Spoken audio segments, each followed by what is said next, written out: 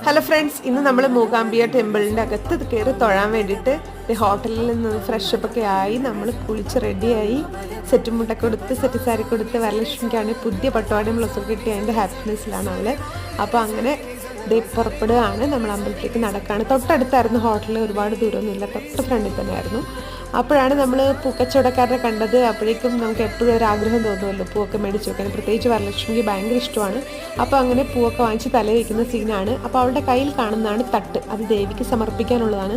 ശരിക്കും അത് ആദ്യമായിട്ട് വരുന്ന ആൾക്കാരാണ് സമർപ്പിക്കേണ്ടത്. നമ്മൾ മുമ്പ് വന്നിട്ടുണ്ട്, എന്നാലും ഒരു ആഗ്രഹം തോന്നി വാങ്ങിച്ചു വെച്ചതാണ്.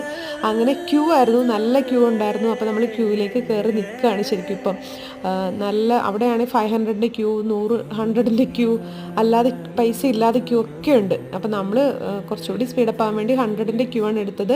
അങ്ങനെ കയറി കണ്ട് തിരിച്ചിറങ്ങി. ഇനി ബാക്കി വിശേഷങ്ങൾ അടുത്ത വീഡിയോയിൽ കാണാം. Okay, tata, by.